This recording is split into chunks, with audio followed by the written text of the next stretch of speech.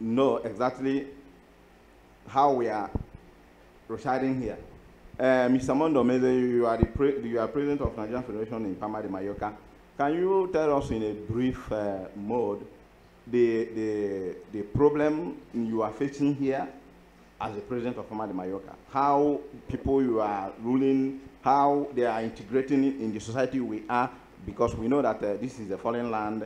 Nigerians don't speak Spanish, we speak English and our local vernacular, but here is Spanish. How do you, in a short form, explain, the mode of Nigerian integration in Palma de Mallorca? Well, thank you very much. The issue that we are facing here as Nigerians are numerous. We have a lot of things, we have a lot of issues to resolve, especially the we Nigerians that are speaking English, to integrate, to start speaking another mother language is a difficult thing. And to adapt to their system is also a difficult thing as well. We are trying our best to make sure we adapt to their system and we integrate to make sure we work like that. But things are not too well with us because of the situations at hand. A lot of us, the way we come in here, we run from some issues. We want to have a better life here, but getting here is another difficult thing that we are, especially the language barrier, is one of the things that difficulties that we are facing here. So we are trying our best as individuals, even the government as well in the outside, but our people, like any other thing, we know why we are here. We want to have a better life. We want to live a better life, but for that reason, it is difficult for us to live what we maybe sometimes going to school is difficult for us because the language is so difficult to educate here, to have an education here. The language is one of the most difficult things because if it is an English-speaking country, we'll be able to absorb immediately we enter here. But we have to stay for years to learn their languages, to make sure we integrate with them, to make sure we know their culture and know most of what they are doing. Before then, age is not on our side as well. So when we come here, we are not young. When we come here, most of us we are 30s, 40s. But to God be the glory, at least we are trying our best to make sure we integrate with the people. Yeah, thank you very much. Another question that I want to ask you, go to Nigeria. It appears that Nigeria is one of the richest countries before, but now it appears that things are going astray. One could be argued that Nigeria is one of the poorest countries in the world, in Africa today. How do you view that? Well, we all know what our country is facing. Not that even to date, Nigeria is one of the richest countries. But our wealth are in the pocket of the individuals. That is the problem we are facing. Not that Nigeria is still producing what they are producing. What is fetching Nigeria money is still fetching Nigeria money. If you compare to some of these countries, even this country we are today, this Spain we are today, Nigeria, if you compare, Nigeria is richer than Spain. So it's the sixth oil producing country in the world. The oil is still going on. The product, the cocoa, the bitumen, and other raw materials are still growing it in our land. But this money is going to the pocket of individuals. Even individuals are richer than the country these days. Not that the money is not there, the money is there.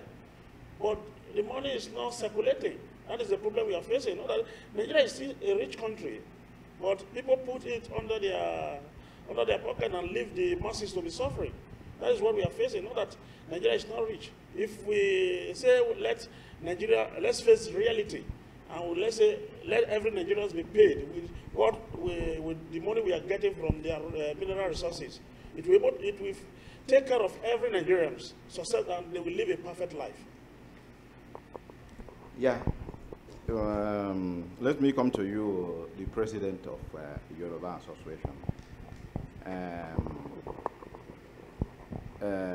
Why is it that in Nigeria today, potable water, good road, hospital, school, electricity seem to be far-fetched in the country. I said, why is it that in Nigeria, when I'm talking of Nigeria, it's every part of Nigeria, because that is the essential things. It's essentially that every home needs, like potable water, electricity, school, good school, infrastructure, hospital, good roads, and far-fetched. Thank you very much. Our problem in Nigeria, you asked that why is it that we cannot point out a good road, a good hospital, and a potable water and electricity in Nigeria. Where Nigerian problem lies, it lies with us. We Nigerians, we are the problem of Nigeria. Because during the time of our founding father, late Chief Obafemi Awolowo, Nnamdi Azikiwe, and Tafawa Balewa of blessed memory, during their time, and towards middle of 70s,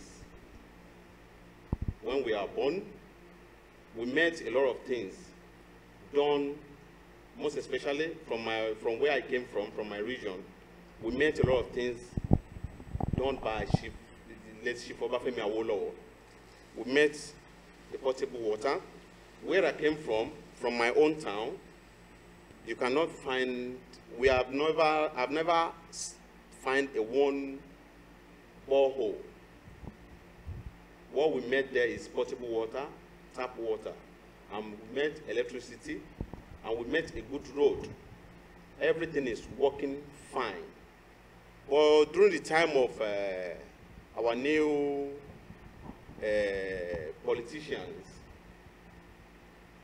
for them to use the money or the resources being given to them by the federal government to maintain and take care of the masses in Nigeria. Take care of masses, I mean to provide infrastructure like good hospital, good road, and potable water. Those money go to their personal pocket. If you are a leader and you think everything should be for you alone and your family, the people behind you or the people you govern, they can't go anywhere.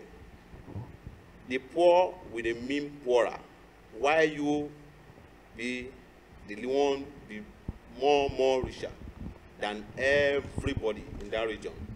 The problem lies with Nigerians. If Nigerians today can face the reality, I would take for instance, here in Palma de Mallorca, here we are, you can see everything is moving fine. We have a good hospital, free hospital, free medical treatment for everybody from age 0 to 100, even more than. Even if you are going for operation, you are going there with nothing, and you come out alive, sound, and good. Everything will be given to you. Our Nigeria as our country, we have what it takes to render those services to our people as well, without taking a dime from them. But every resources, all the money given to our governor, given to our local government chairman, given to our even councillor, they want everything for themselves. When you alone are thinking of having about 100 houses, how many houses are you going to sleep? How many rooms are you going to sleep? You want to own a whole state, while other people sleeping on the street. That is where the greediness is. So if we are continuing that way, we can't have what it takes to live a better life in Nigeria. Thank you. Secretary, Igbo Progressive Association, Palma de Mallorca, let me come to you this way.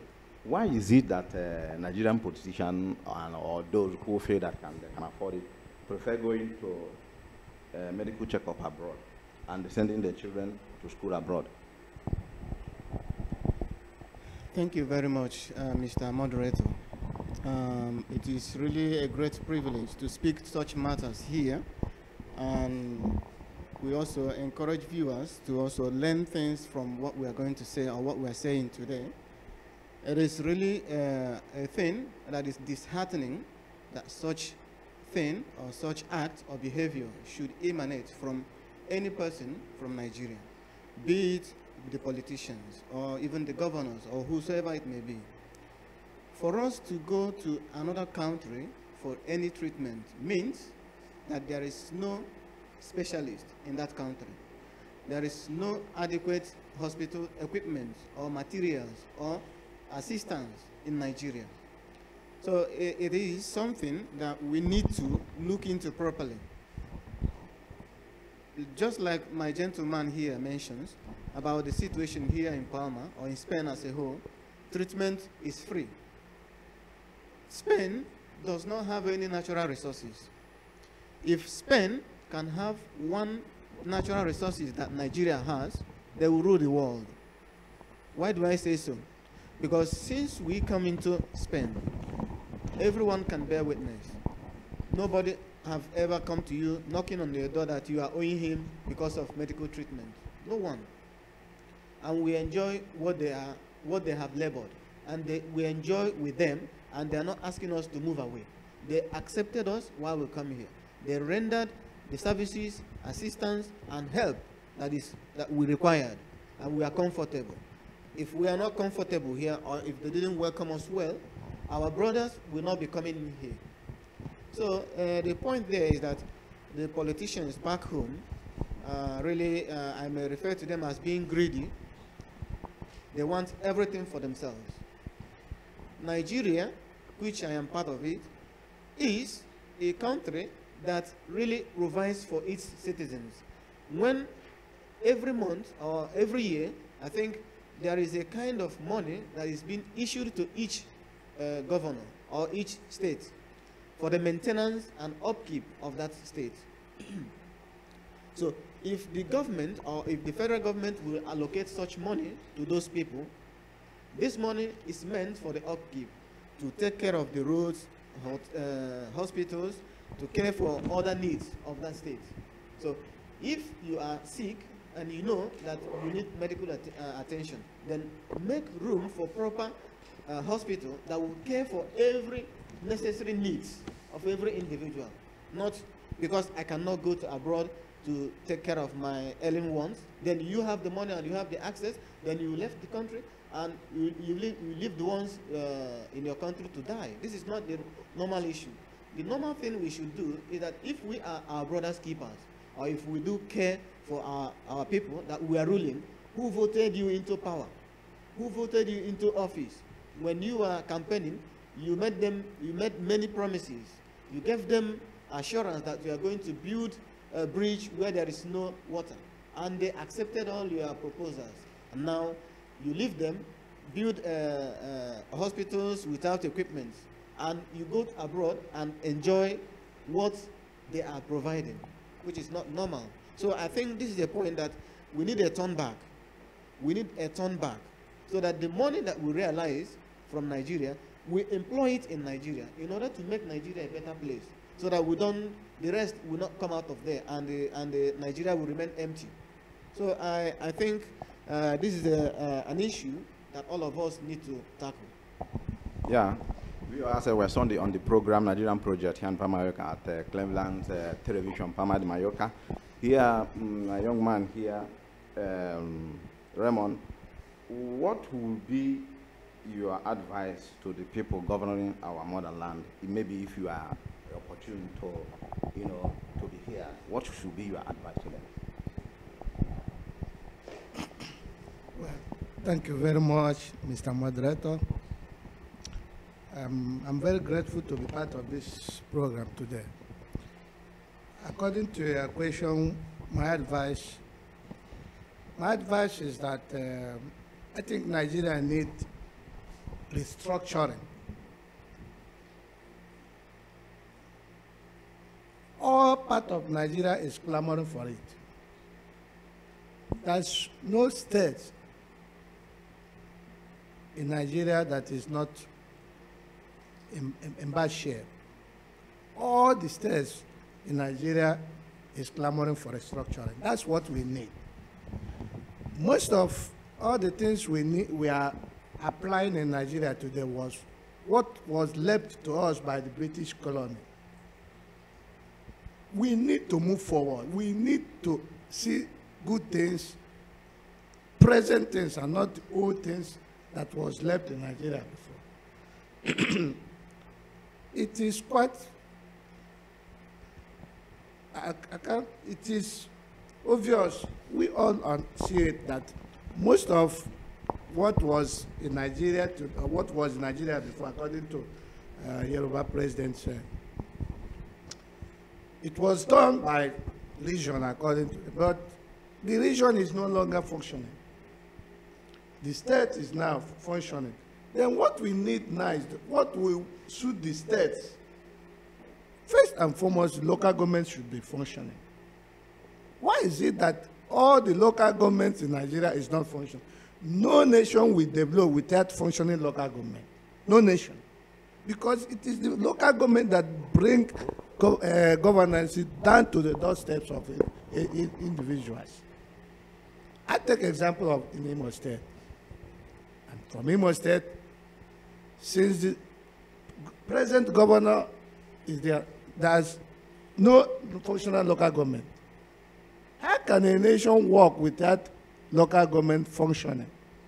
So my advice, according to you, is we should have a functional local government. Let's start from that place. I think it will help us a lot. Thanks very much. Thank you. My young man here is representing IPOB in Palma de Mallorca, Mr. Anes Onyeka. And Mr. Anes, you know, it appears that many Nigerians are saying that British, you know, amalgamating the three regions together is a mistake. How do you view that? Good evening, Mr. William, and good evening, everybody. Amalgamating or not amalgamating, we are the people that causes the problem. The elders, because they did not tell us the truth. They always hide every truth for them. Amalgamating Nigeria, it was from 1960 that Nigeria changed from their federated government and went to a regional government. It was then that we have problem in Nigeria. Formerly, we have three regions in Nigeria. The northern region, the Oduduwas, and the south, which is the Biafran side. They get their own government, and everything was going well. It was when they changed the system, and everybody started fighting his own way. I can tell you, even the statement of Tafa Barawa, what he said about the Igbo people, that the Igbos are like ants, that if you give them chance, that they will come and they take over the house. And therefore, he said, they have to eliminate the Igbos. They have to get Igbos out of their side, because Igbos are unto them. That is when the problem started. And by now, we are acting, even restructuring we are talking. We are not talking of restructuring. What we want is Biafra. Instead of Biafra, the Igbos have suffered in the hand of Hausa people. The Igbos have suffered in the hands of Nigeria. The 3-year-old war, there's no gun that was shot in the Yoruba land. There's no a single gun that was shot in the Hausa land. All the 3.5 million people that was killed, or even more than, in the Biafra, in the war, all happened in the Biafra land. And since then up to now, the Igbo people have been marginalized, the Biafrans have been marginalized. And not even only marginalizing the herdsmen, they are now killing everybody because they want to take our land. They feel that they can kill and go free, but we, the Christians, we cannot kill and go free. Because the Bible says that we cannot kill. And why their own teachings say they can kill? Because if you are infidels, it's like you are a slave to them. And a slave has no portion, it has no properties. Therefore, it's not worthy to live. So the problem we are facing now today is not about restructuring. Because it's the same people that that is putting us into mess. It's the same people that we do the same restructuring. And therefore, we don't want it. Let everybody go his own way. Biafra, we are ready to go. If they are not ready to go, we are ready to go because we have suffered too much. Now, for example, I can tell you, if there is any caricature or any cartoon about Prophet Muhammad, in Nigeria, the Igbo people will suffer for it. Their shop, their houses, their businesses will be destroyed. Even their life are in stake. Now, recently, Kaduna Governor El-Rufai said, any Christian that is living in the north and is not observing Ramadan, anything that happened to him, the state cannot be responsible. Now tell me, if their leaders is not supporting them, why will this man make this type of statement? Now in Nigeria, we are not accepted like other people. Igbos are like third-class citizens in Nigeria. When Fashola was a governor of Lagos State, he deported 4 or 5 Biafrans to Onitsha. Instead of handing them over to the respective state, he deported them under the bridge, flyover Onitsha. And that is to show that we are not one, that there is division there. And therefore, the people that say they don't want us, what are we going to do? We have to find ourselves. We have to go, and we have to go, and we are ready to go. Thank you very much. Yeah. You know, Biafra agitation is going viral everywhere in the world. And if by chance tomorrow the Nigerian government said, okay, we have a plan B to make things function well so that everybody will be, you know, acknowledged in the government, will Biafra give up its agitation?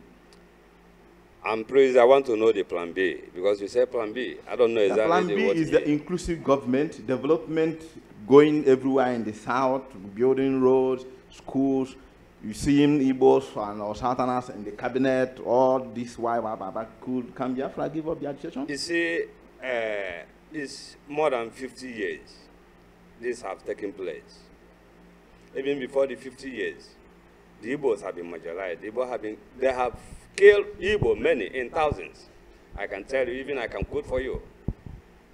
Before the Civil War, 1966, they killed more than 40,000 Biafrans. They call it pogrom. That is what they did. Even after the war, they seized all the wealth of the Biafrans, all, even with their money. Awolowo collided with the Gowon, and they seized all the monies that the Biafran owned in the bank. And everybody was given only 20 pounds. If you are having 1,000, it is only 20 is your own. If you are having 1 million, only 20 pounds is your own. And since then, they have not even come out and said, please, brothers, forgive us. And then whenever you see any of our people wearing Biafran cloth, it is abomination. They will kill you. You talk of Biafra, you are enemy to them. By being a Biafra, is this a crime? By answering the Biafra, is this a crime? By telling the whole world that you need a freedom, is this a crime? I don't think it's a crime. Everybody has freedom, have right to live. As we have right to live, the Hausa people also have right to live. And whereby they say that we don't have right to live, they are not going to live. So what we are saying is total freedom of Biafra. You say that if they see you with any Biafran stuff, get killed. How sure are you? Do you have any evidence to prove that? Yeah, I have some videos. I don't think, but if you have time, I can search all the whole videos. The first time was at 30th of May this year at Mpo, at Onitsha, in the church, St. Jude Catholic Church, and they killed many people there. As if that is not enough, at Aba Primary School, people were praying inside the church, inside the primary school compound. The army and the police, they went there, and they started killing everybody.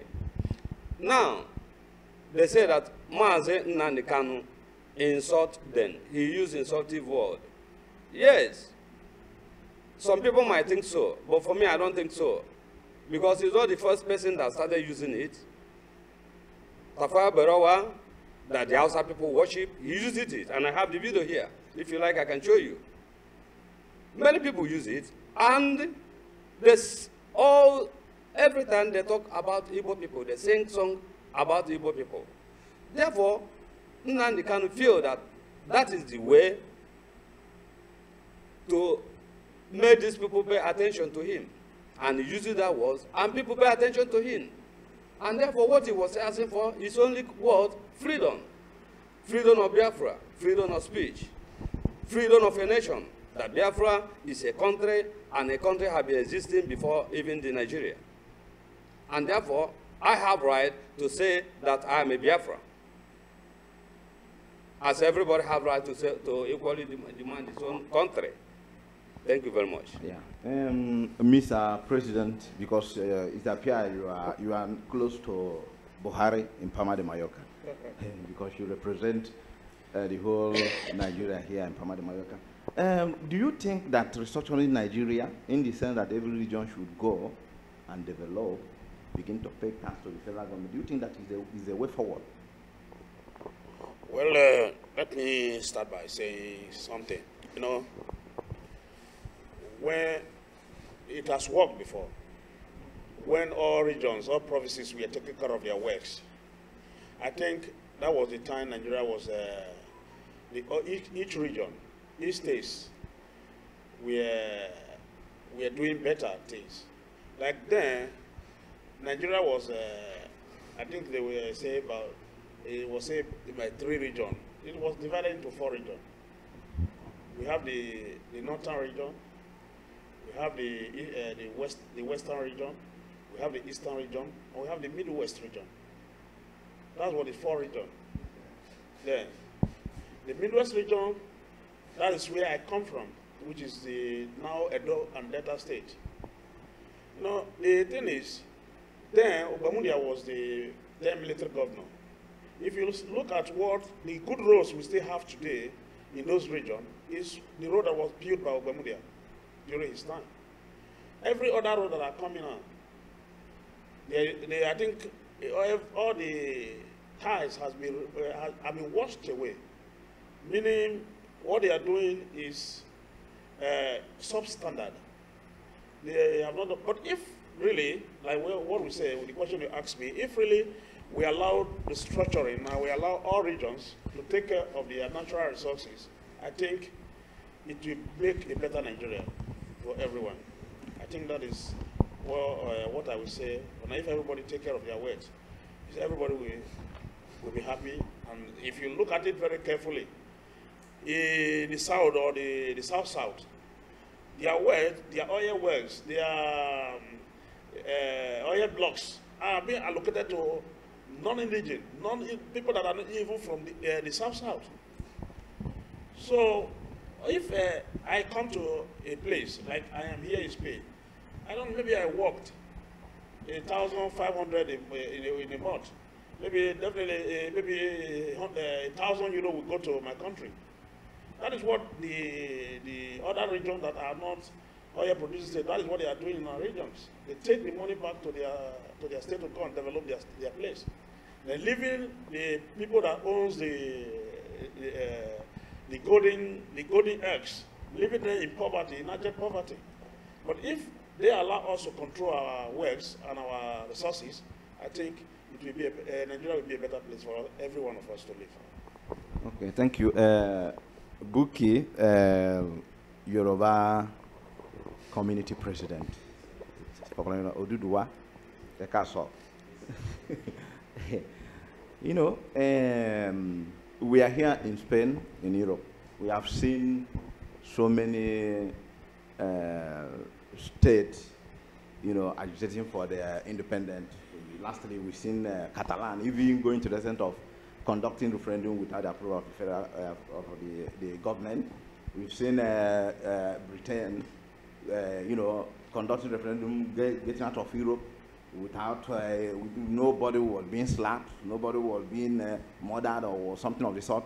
We've seen part of Ukraine going back to Russia. We've seen Kurdistan having the independence. You know, do you think that Nigerian government, you know, killing Biafran because they are clamoring for referendum or independence, do you think that is a good idea?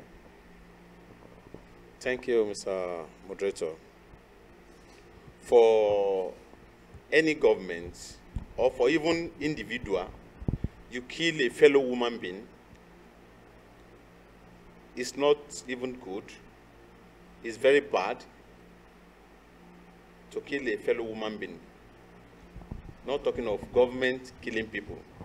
And the way you ask the question now that the government are killing the Biafran, to my own little knowledge, we are in democracy era, freedom of speech. You choose what you want, but there is a way you do things and you will achieve it.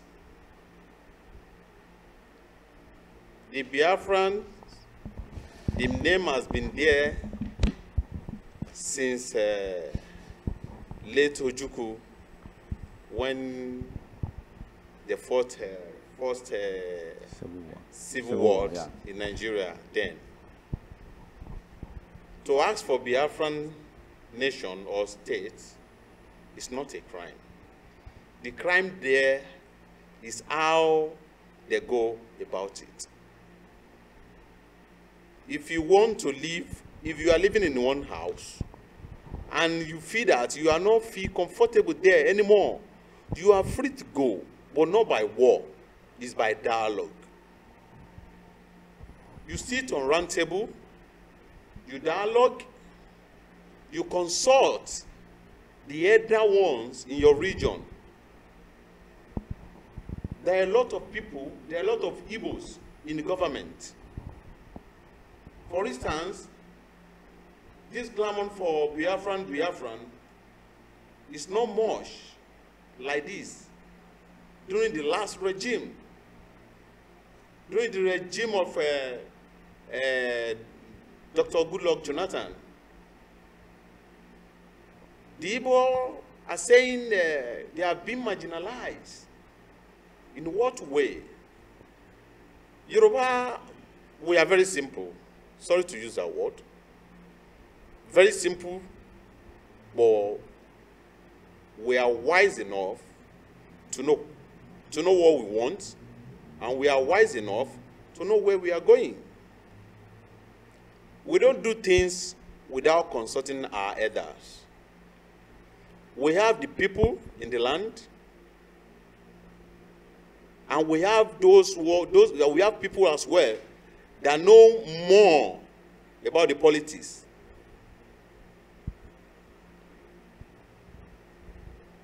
In Nigeria of today, if the Igbo said they want referendum, it should be dialogue, and it will be given to them.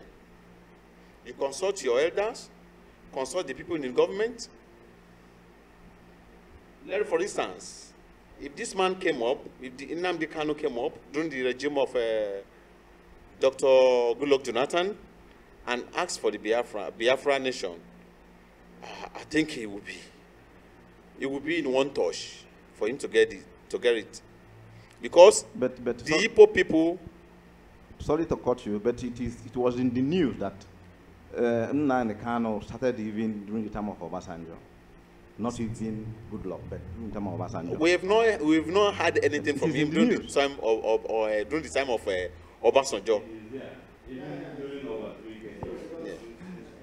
We have not heard about him. I personally, I didn't hear of him because I want to make you to understand that even Obasanjo is somehow locking up. Because if you say that the agitation started through this Buhari regime, then people will misunderstand the whole thing. It has been there. And mind you, that Biafra is even there before Nigeria. Biafra is there, we know. But for Biafran to now come that they want to be separated from Nigeria is something different. You understand? It has not been taken the way they took it this time around. But let me just come in this way. You know, if we are eating a food now and we have about 10 pieces of meat there, then, and the food belongs to me and you, we are eating. You took the first meat, you took the second meat, to the point that it remains only one meat. You have eaten 9 meat, then the remaining one, I want you to leave from me. You said no. In the sense that now, in the Nigerian cabinet today, it appears that there is no southern person that is the head of any security office or anything. Do you think that they will be comfortable with that? Sorry, sir. In the regime of Goodluck Jonathan, can you tell me one post that was headed by a Yoruba man, one vital post in the government of Dr. Goodluck Jonathan, that this is a government agency, or this is a government parastatal or whatever, that was headed by a Yoruba man? Can you tell me? None. You understand? Everything in that government was headed by the Ijaw people and Igbos and some Hausas. The least Nigerian got from Goodluck Jonathan is Minister of State of Defense, and give it to his Yoruba man, Musili Obanikoro. Then the Vice President is from North. The Secretary to the Federal Government, Anyim Pius Hayim, is from North. I mean, he's from eastern part of the country. Yoruba were not found. There's no place to find Yoruba in Goodluck Jonathan's government. And you cannot say now that the Igbos have been marginalized. We have ministers in Nigeria, they are Igbos. We have people heading the federal government agency, they are Igbos. We have a lot of people in the Buhari government, they are Igbos. Because whatever they do in Nigeria, go by the Constitution. Constitution said, from each region, you have the number of your ministers. You have the number of your ambassadors. You have a lot of number of nominees into various offices,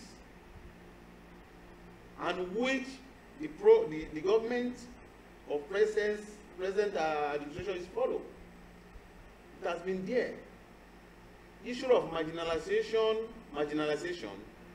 What I can say about the Biafran, the way our brother Nnamdi Kanu started the agitation during this government is very wrong.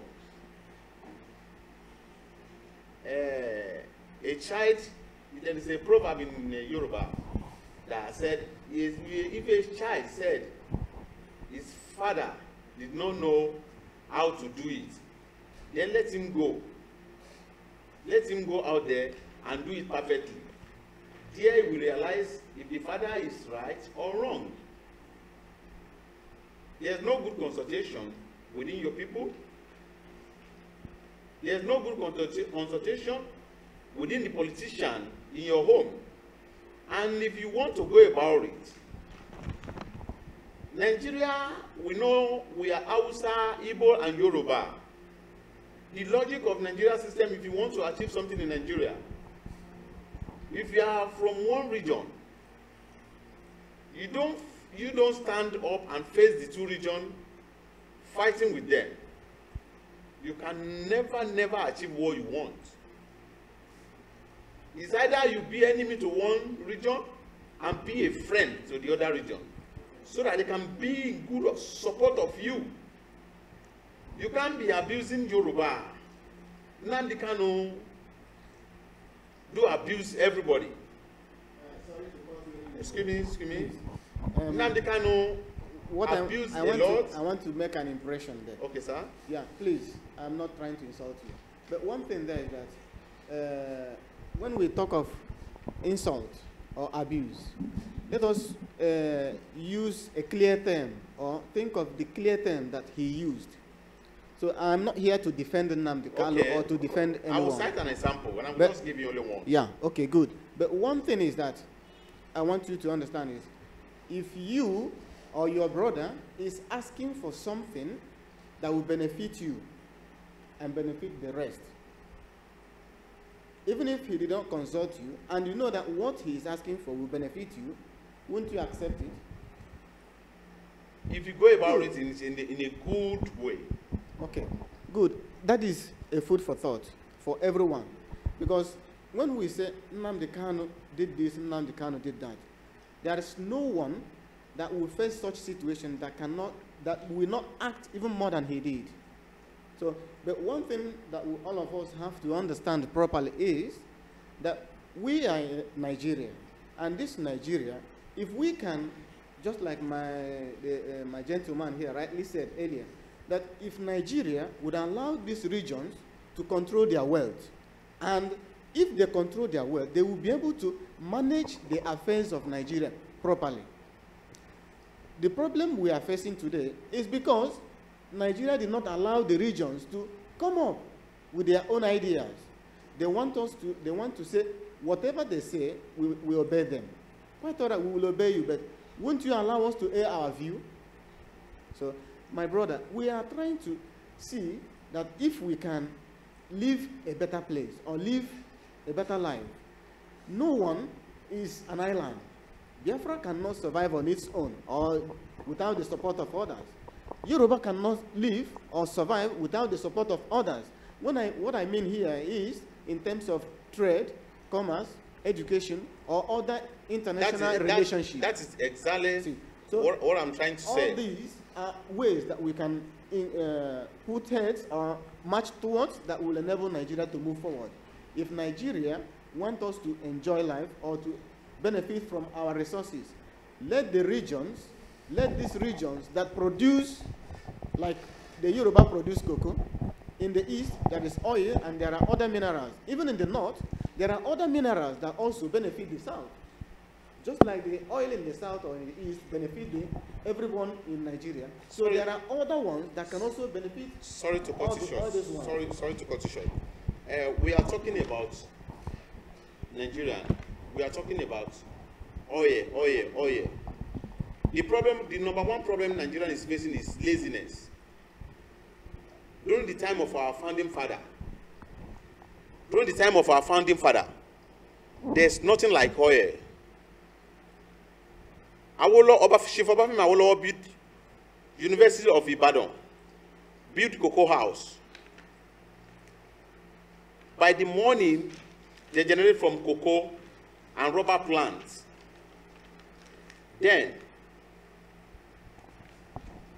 so the laziness of Nigerians nowadays, nobody wants to work. Everybody just wants to be rich. We want money, a good house, and a good car. We can't achieve that without hard working.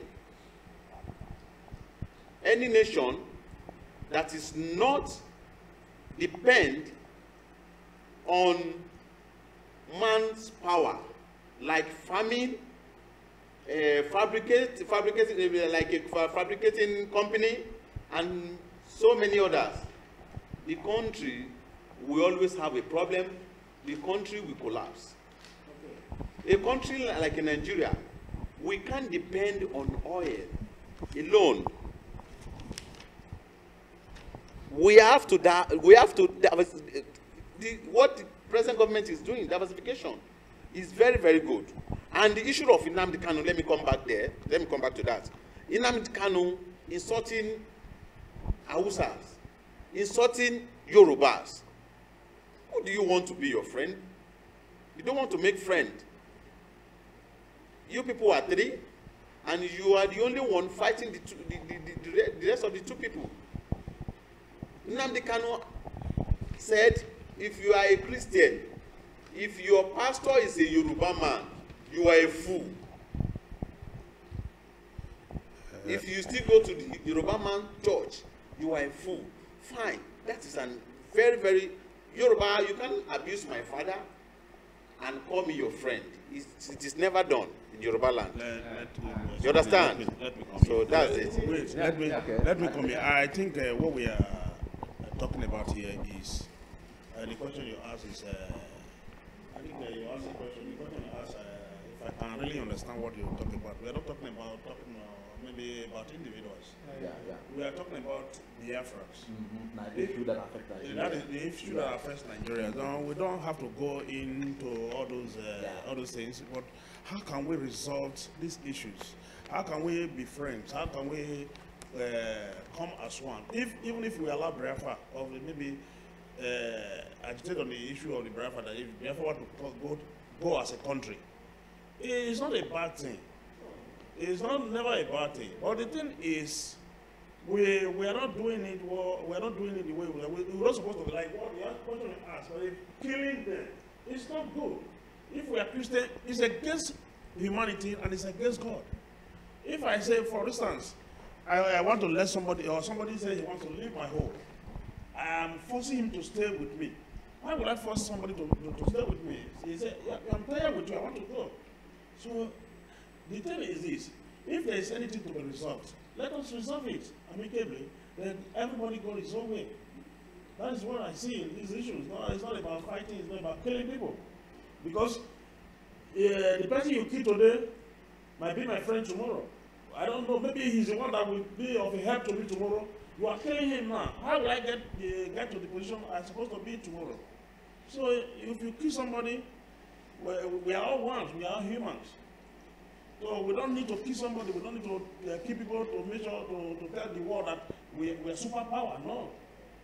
If you want to be a superpower, bring all the worlds together, bring all the people together, make them live a good life. That's what makes you a superpower, not killing people. So we are one, whether Biafra, whether the Igbos, the Yoruba, the Hausa, we are all brothers. So whether if they go tomorrow, we'll still go together. Yeah, before I come to you, okay. This is IPOB member here in Palma de Mallorca and also represent Anambra Association.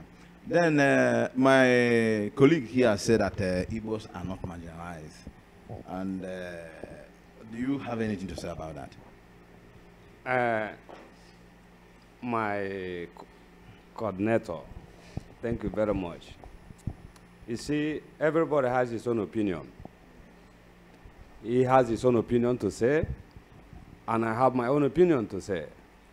But at the end, when you generalize the whole opinion, who superpass each other? And that is what we are here for.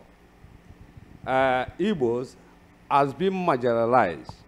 Then I give you a video. This is Tafawa Balewa. This is what it says about the Igbo people. I have it. I'll be giving you example one by one, if you like it.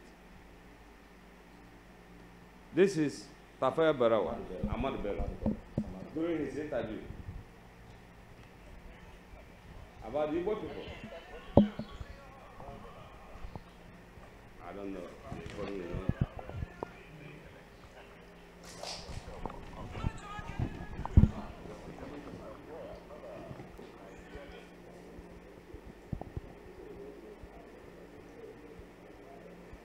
The volume is not high.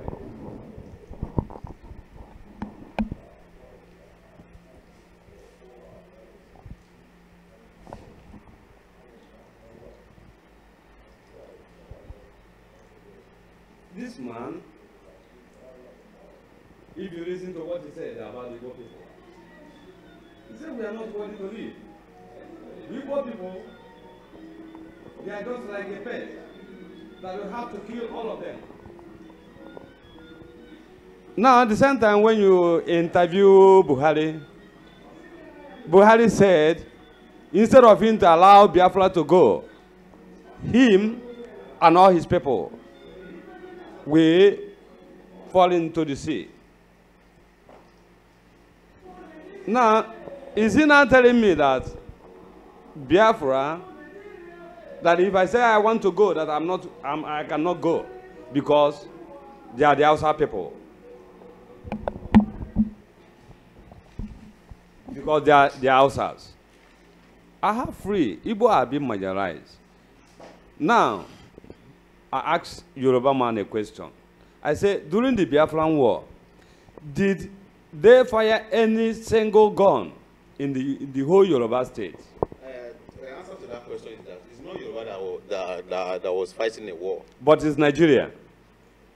It is Biafra against Nigeria. But it's Nigeria. Let me come in this way. Yeah.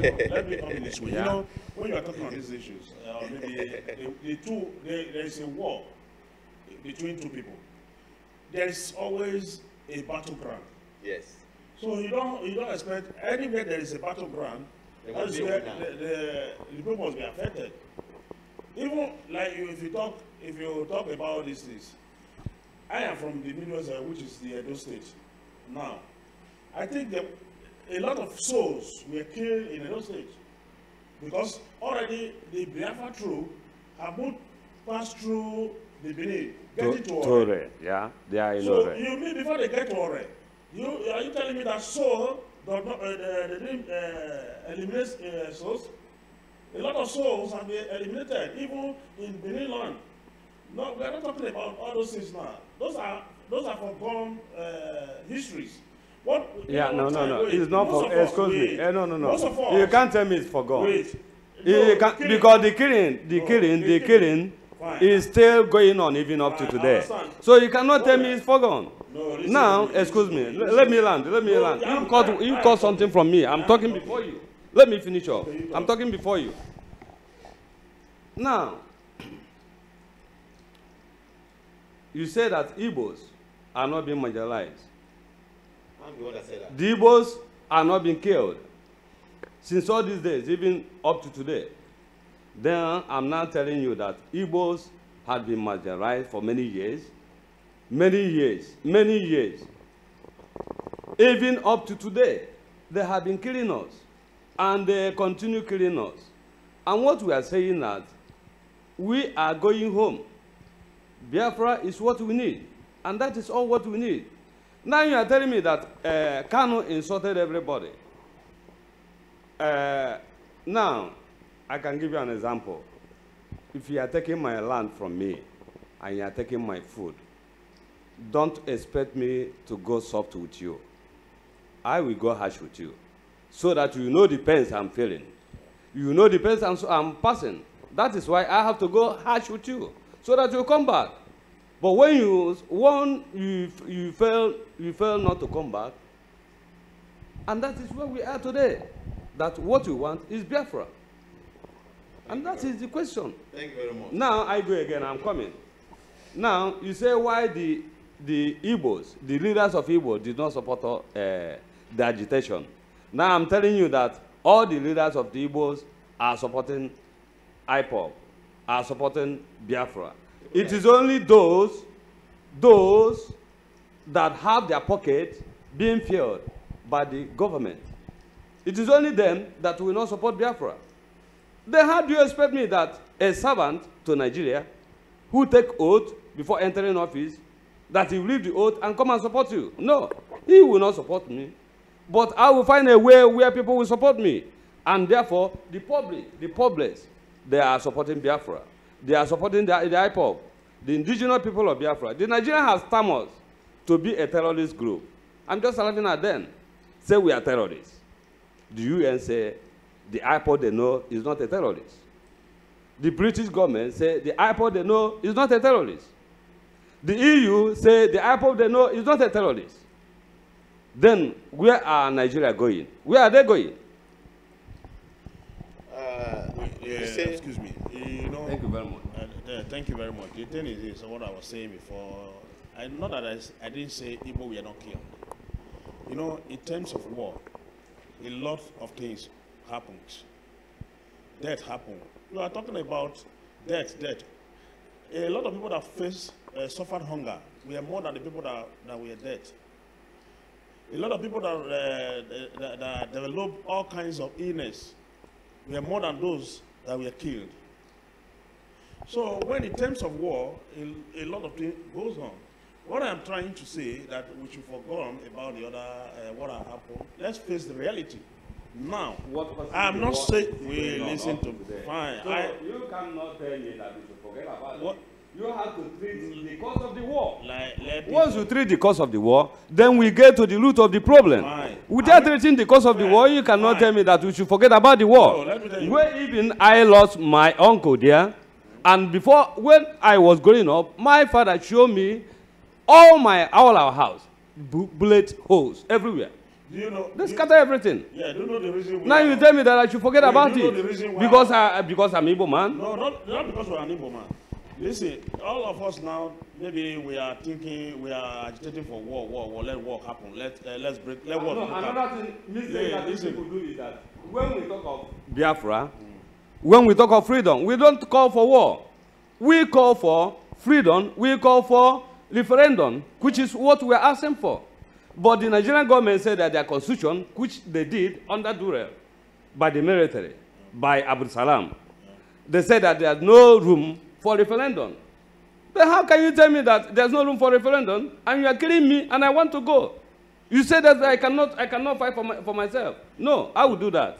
Fine. If you say you want to wait, if you want to fight for no, I understand.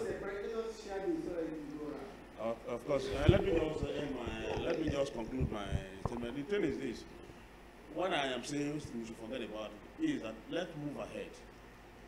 No, if we continue to base on our debate on what has happened in the past, we cannot move forward. We cannot resolve the issues. So for us to resolve the issue, at least we need to forgive, forget, and then let's move on. If we don't do that, there is no way we can get to the end of these issues. Yeah, you know, let me come in this way. Secretary, IPA. Sorry, sir. Before you go for that, the representative of IPOP said something earlier on when I said the Igbos are not marginalized. He made mention of Awolowo collide with the Tafawa Balewa, and he made mention of Fashola deporting. Yeah. You will be allowed to express yourself on that, but let's just get this point now because the point is too crucial. Now, the way you see things going on in Nigeria, the agitation, how the government is sorting things out, do you think that Biafra will give up its agitation based on the fact that they are still killing in Biafra land, they are still military on the street, tank roll in the street, people are afraid, even in the school, even children in the school. They don't have confidence in military. What I'm seeing the other time, people are running because there's allegation that the military are, vaccinating monkeypox or something. You know, there is fear in the land. You know, how do you see all these things going on? Okay, thank you, Mr. Moderator. This particular issue or this particular point calls the attention of the world. Now, in a society where everyone is afraid, what do you expect the world to think? The world is also watching what is happening. So they will equally think that there is something behind these threats that is happening in Nigeria, in the villages. Everybody is afraid. Afraid of what? Afraid of who? So let us be sincere to ourselves and let us say the truth. Let us call a spade and not a farming implement. So when we are talking about people in the street being afraid, something must have caused it. This is not how it is 2 years ago or 3 years or 5 years ago. Something must have caused it. So if we are going to be true to ourselves, if there is fear in the streets, the government should also look into it. They are looking into it. Is it to threaten the people or try to kill them? So what Nigerian government should do, if they are so good enough, and I believe the government or the people in the helm of affairs will also be wise enough to look into it. Because if people are agitating or crying or being afraid of one thing or the other, it is the duty of the government to come to their aid. Remove that fear. Make them comfortable. But what are we seeing today? Are they making the people comfortable? Or if I am agitating for something, how are you coming to ask me, what is it you want? What do you want? Let us talk. Is it to kill me? You are coming to me, is it to kill me or to kill the rest? No. What I think that the government should do is call a round table. Invite people, let us talk. And if you don't want to talk, and if you want to go, what is the next? Go. Because you are not the only one. If one of your children wants to leave, and you pleaded with him, don't go, and he insisted on going, you cannot kill him. He's still your child. If Nigeria is still killing the rest, he's also killing his children. I am an Igbo man, and I am from the eastern states. I am also a Nigerian.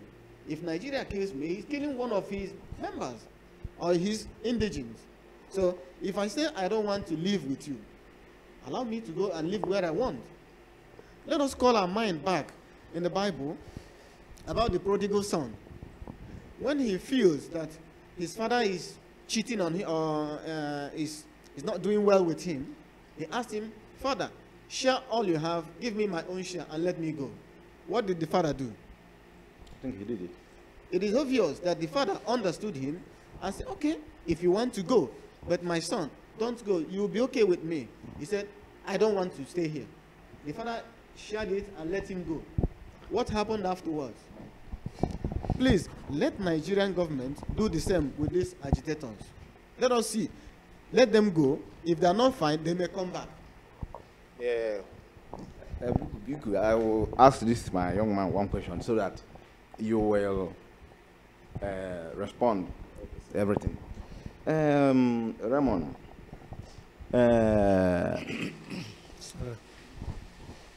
the president of Oduduwa, Yoruba, he said that Igbos are not marginalized, knowing the fact that Igbo headed that country as a president in the name of Aguiyi. And I think he stayed in that post for 6 months. He was killed by Nigerians.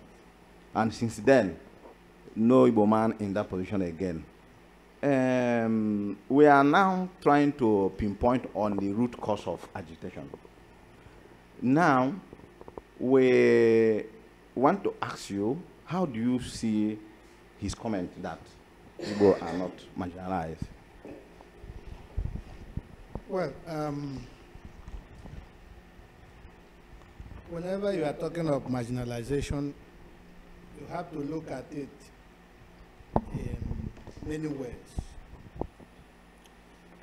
Actually, we Igbos, we are saying we are being marginalized as a matter of fact. But the issue is that those that are representing us, are they representing us very well? Good. That's a good question for me, sir. Yeah. You understand? Because I can understand when Sam Ikok was Minister of Education.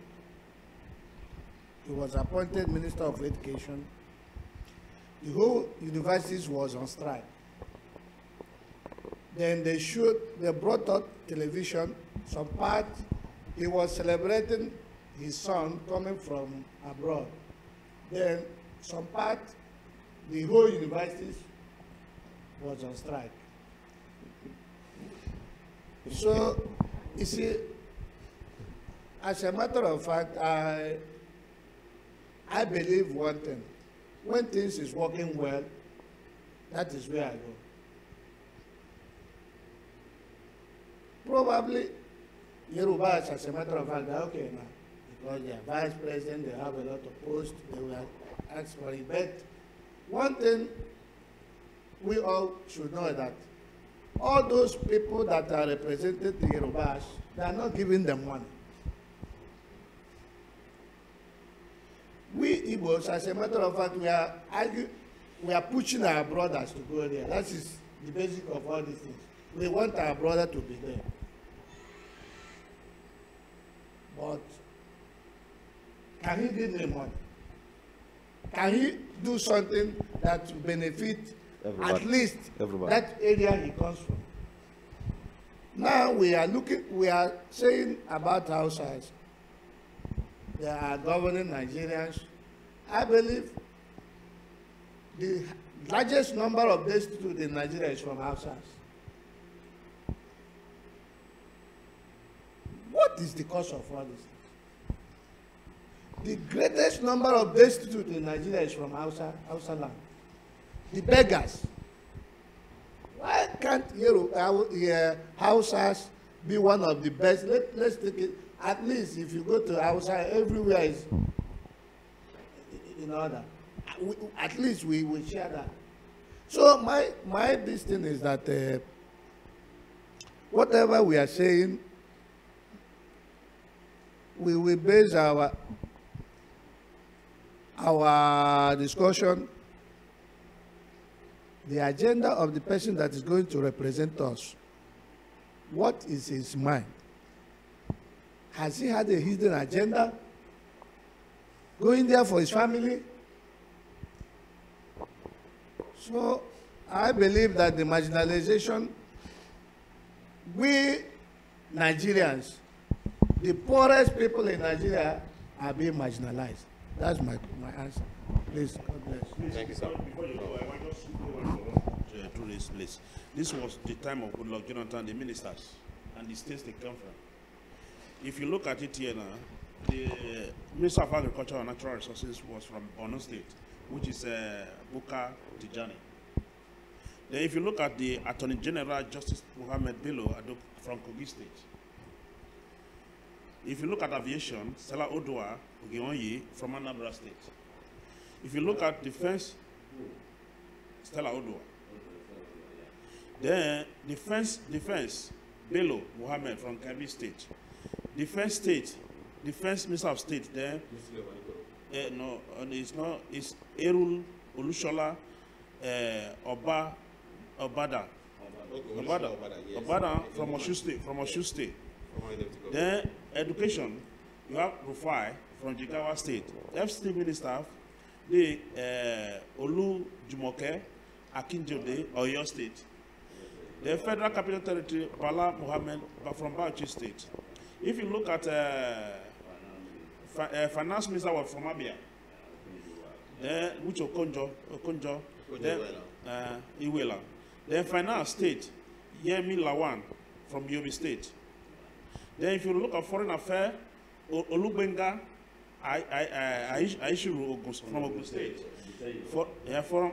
Foreign Affairs Minister, State, Foreign Affairs Minister from Imo State. If you have head, Oyebuchi from Ebonyi, Information Minister from Nasarawa, let me just quickly, from then, Communication and Technology, Mr. Omobola Johnson from Ondo State. So, if we are Emeka Wogo is from Abia, then why Mines and Steel Development was from Katsina State, National Planning and Schedule from Usman from Kano State, then Delta State Affair, Gosin Rubebe from Delta State, that is Niger Delta Affair. Then Niger Delta affect 2 states, Zinan, Ibn Kuchit from Niger State.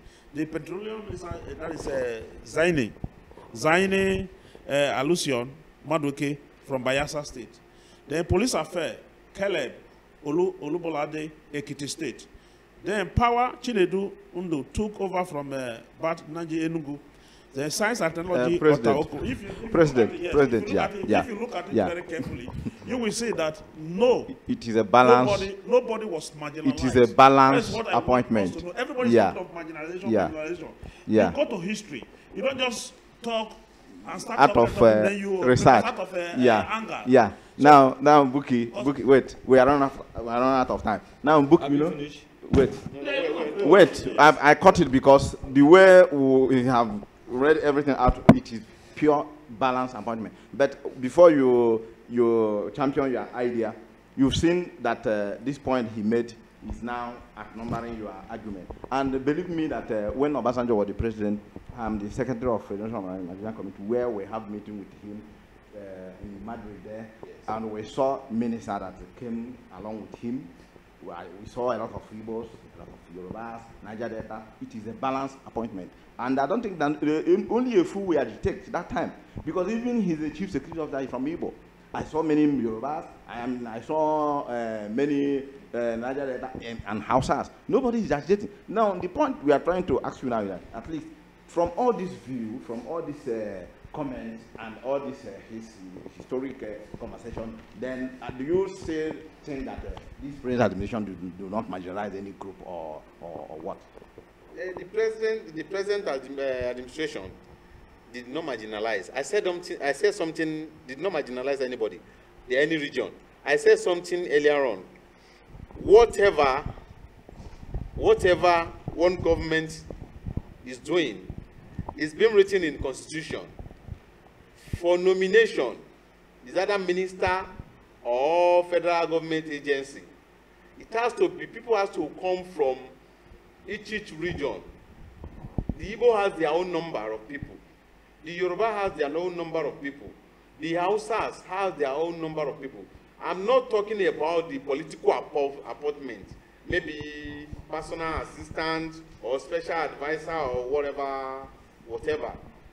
If you are a head in one prestator, you choose the person that you know that is very good to you. Even if it is only your kinsman. To bring. No, even if it is your kinsman and people will not talk. Excuse me. Even to bring, if you are a president, if I'm your enemy, you will never appoint me. The president don't supposed to have any enemy. Let me come in. Let me say. You ask me a question. Yeah. Let me answer the question. Answer. Go ahead. Go on. If you are a president, if I'm your enemy, you can never make me your vice president or your secretary. Because I'm going to disorganize your government. You understand? We have ministers from Igbo land. We have head of a federal government agency from Igbo land. We have a lot of people in Igbo land. Okay. Yeah. You understand? And in the history they read just now, Yoruba have 5 people in the government of Goodluck Jonathan. Defense, he didn't finish education. He didn't finish what he was didn't finish. He didn't finish. Fine. Yeah. The top position we are asking for in Nigeria, that you be here and be in, kind of perform, deliver democracy dividend to your people. The ministers, like, for instance, Minister of Power and Steel, Minister of Housing, Minister of Resources Mineral, Minister of Education, those areas, those are the things the common man on the street will benefit from a government, and I will say, this government, you are good. If a Minister of Education initiates a free education system whereby every children on the street will have opportunity, access to go to the school without spending a kobo, all parents will put their children in the school. That is one area. Minister of Infrastructure, I mean, Power and Housing, or Minister of Power and Housing and Electricity. If there is a stable light in a country, then we know that, yeah, we benefit from this minister. Yeah. This man is a good person. But talking of a marginalization, I will still be repeating it tomorrow. The Igbos are not be marginalized. The people, my good brother said something earlier. We have the people that represent us in the government. Everybody cannot just go to the government and say, we are here, we are. We have somebody that was appointed to represent us. The people that was chosen to represent the northern part of Nigeria, the eastern part of Nigeria, are they represent them well? Are they doing fine? Are they working for the interests of the masses in that region, or they are working for the benefit of their own family and their pocket? Imagine the ex-minister of petroleum. Imagine that alone. So Nigeria, if we are talking about marginalization, this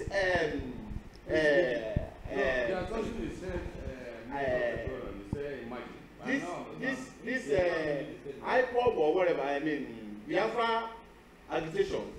Biafra agitation is a very welcome idea. They can achieve Biafra agitation if they go for it in a good channel. I still repeat it. Thank you. You understand? It's a very good idea.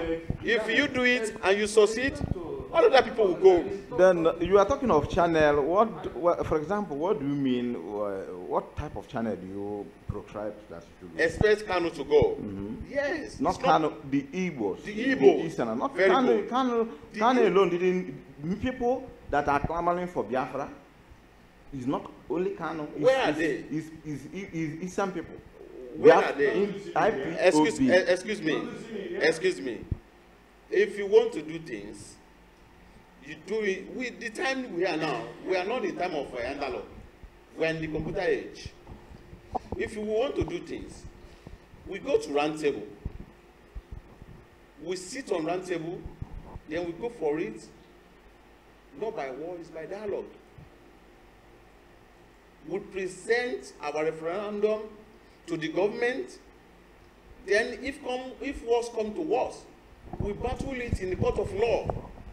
Yeah, that's a point. I think this is our brother to say. Thank you very much. You have spoken quite long, and we really understood where you're going and the implications of what you are saying. And we really appreciate everyone here that have made one statement or the other. But one thing that we have to look into is, we were saying that Igbos were not marginalized, that in Goodluck Jonathan's administration, we have even the highest number of positions. But at the long run, you also come back to address the issue there. But this is where I wanted to pinpoint. Because it is not calling 10 people to take administrative positions or offices or cabinet positions in whichever administration. But the point there is that if you are appointed to be a minister for one region or for one position or the other, how were you able to utilize that opportunity for the benefit of your people? They are there either for their own pocket or as a ceremonial officers. So you don't tell me that Igbos are not marginalized because they have a great number of ministers in the administration.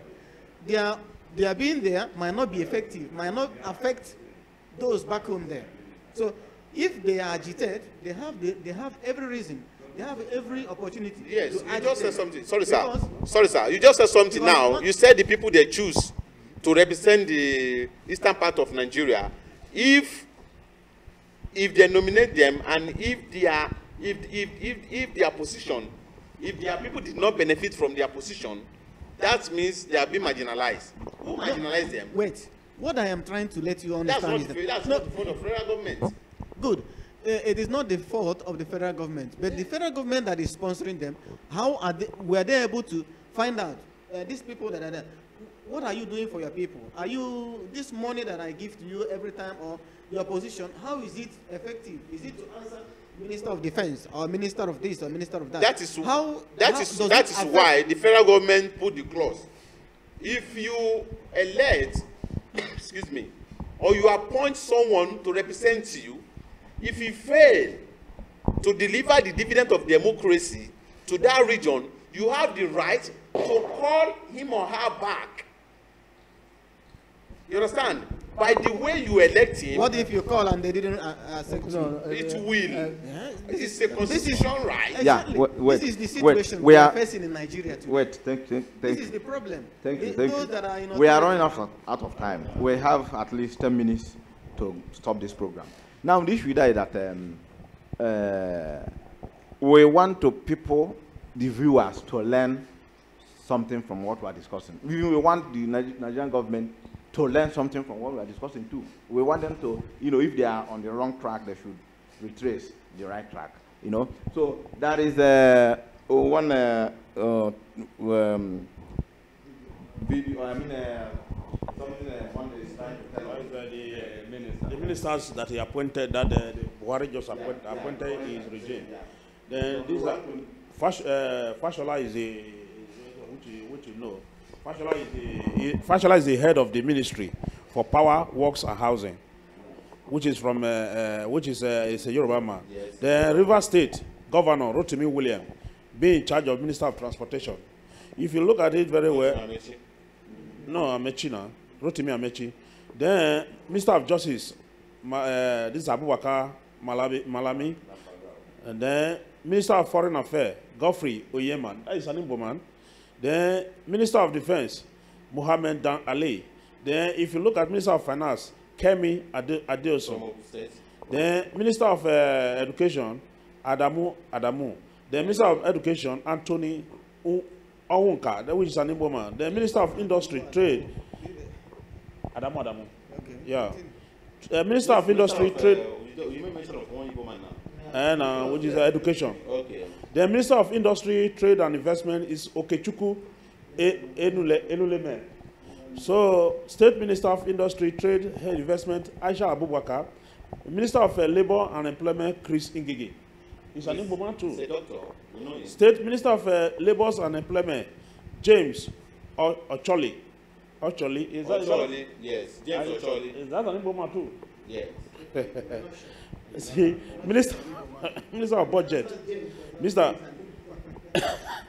of Budget and National Planning, Udoma. It's an Igbo man. It's an Igbo man. Okay. The State Minister, Budget Planning. Okay. Zaini Ahmed, Minister of Power, Works and Housing, Babatunde Fashola. Mr. President. Yeah, they have a lot of this, names. yeah, all these names. I cannot they call. might be there. Yeah, I cannot call out the names, man. Wait, Right he's now. saying something. Yeah, Which is correctly. yeah. This is something that he has just, the names and the offices that he has just filled. Yeah. He might appoint them to be ministers, but they can be minister of their own personal pockets. Not necessarily that, but he will also be their ministers, trying to manage their affairs. How can you appoint me and you don't allow me to function? Wait, if you appoint me, allow me to function. Don't mix that. Don't mix that. No. Please. Mr. Moderator, he said something. Let's say something.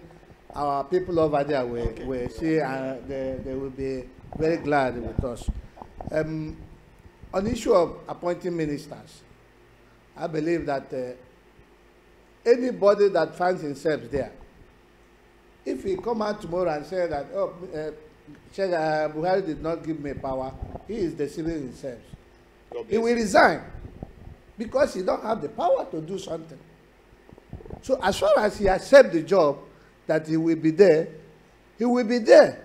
and do something people will see. So I don't believe that he gave me a job because he left me, he didn't give me a post to do. No, I don't believe that.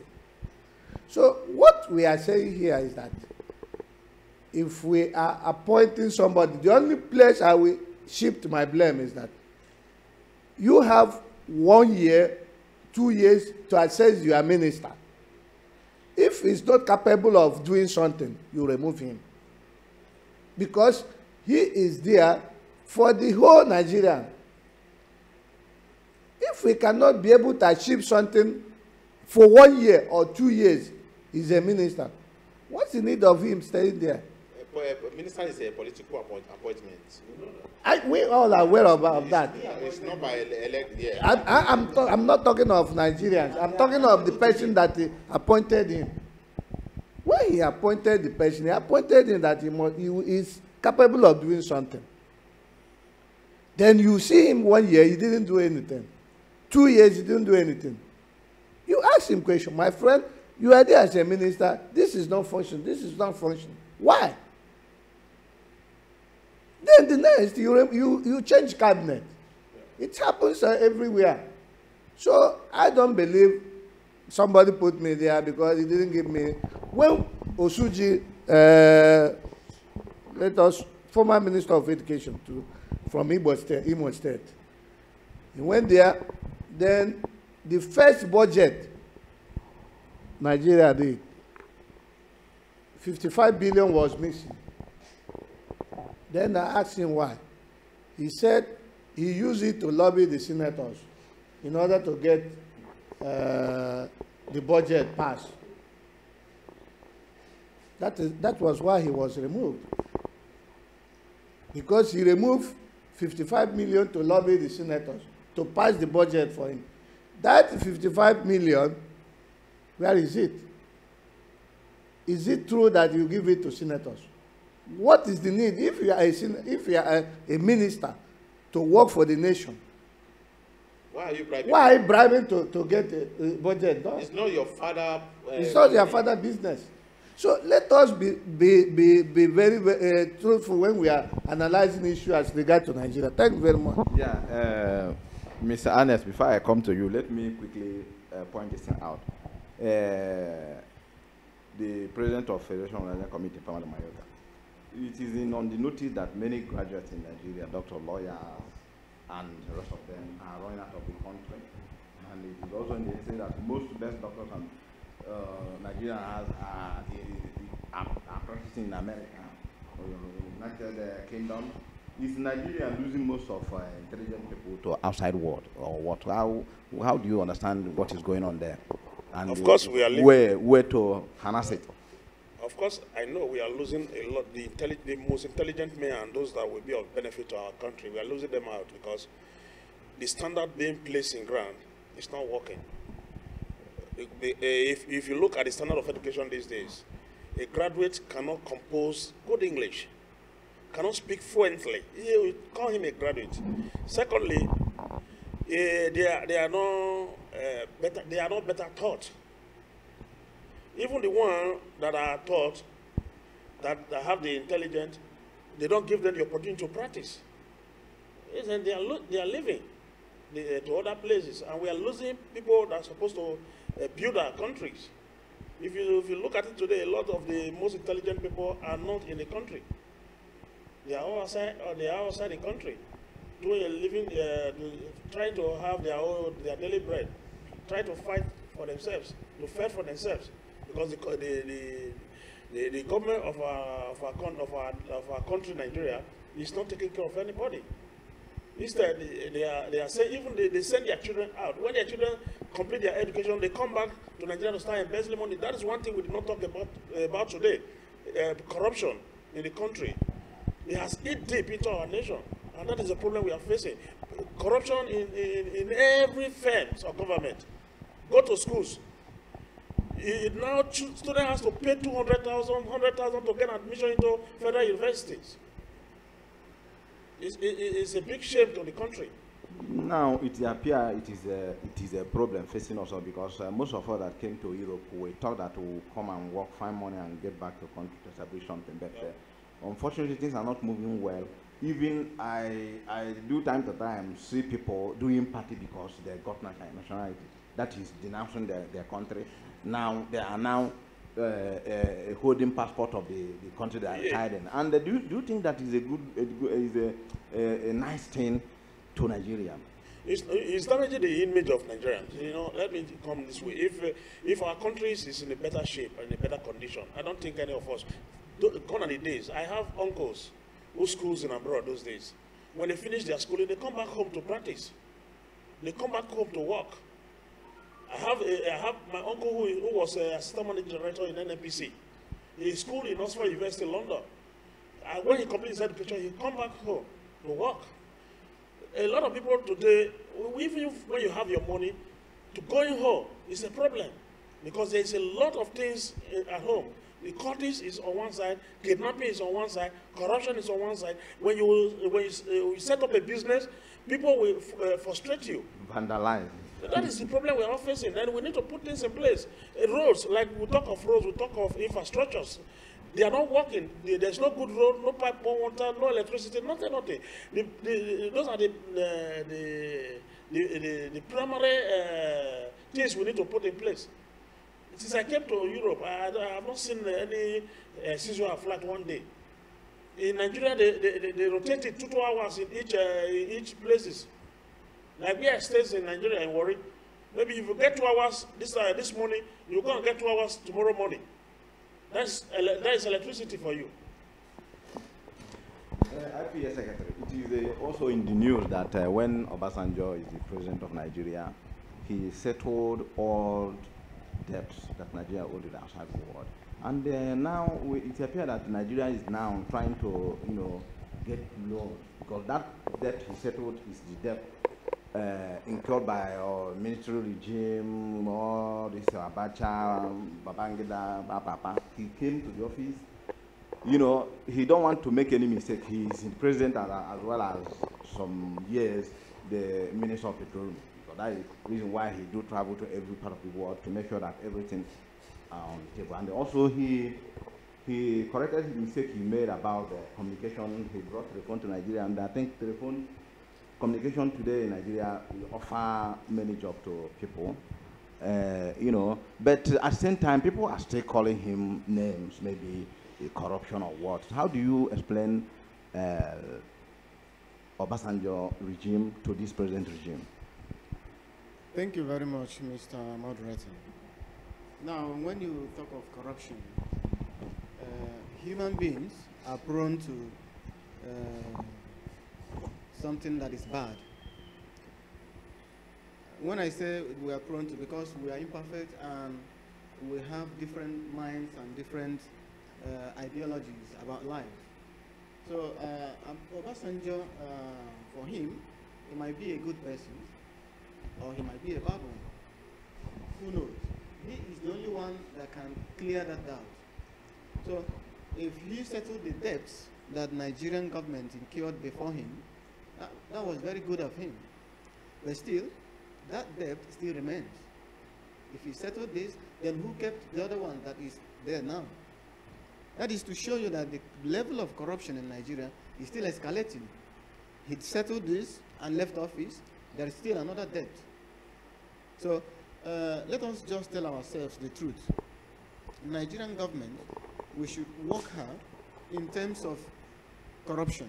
This is what has been eating the fabrics of of every Nigerian.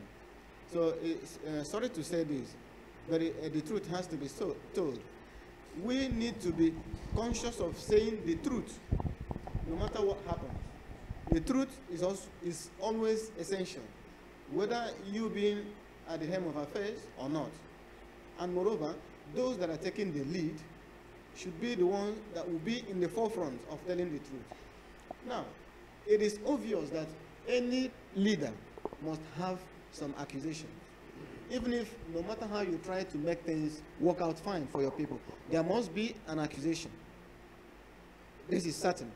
So none of them is a saint, and none of them I condemn as a devil. So everyone there, especially, I know that seat of government, that presidential seat, is not easy. It's very hot.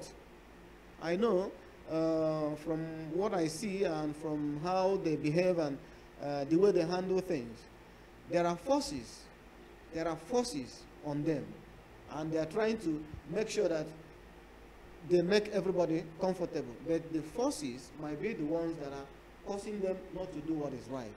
So I believe if they can have a change of mind and be able to say the truth at any time, at any point, no matter the situation, we will continue to move ahead. Because Nigeria is a great nation. Nigeria is a powerful nation. It's full of God's blessings. So why must we use these blessings in a negative manner? We must be focused in doing what is right, focused in doing what is upright, focused in caring for our people. And this is the main point when you are appointed or elected in an elected positions, or to be the president or to be whatever. You have a duty to perform for your people. You have a duty, a function to carry out, to make sure that your people are okay. If they are complaining, then your administration must answer for it. If you are governing and your people are still complaining, then sit back and think, what is happening? What am I doing? What is happening? Where am I going wrong? Find out and work towards that. Put the resources in the right channel, in the right way, in the normal procedures that things should be done so that it will go well for our people. We are not asking, when we say the president or the leaders are corrupt, it's not because they are not doing well. They are doing their best. They are trying. But the point is that their best is not enough for us to proclaim it. Now we are talking about health system here. Because the government of this land used their senses properly and used their resources properly. And when I say their resources, manpower. Manpower is the architect of any development in any nation. Because if you don't harness the manpower resources of every nation, that nation cannot function well. Nigeria has a very a good amount of people that are learned, that are hardworking, that are really have the intention to work hard. But after working hard, what do you get?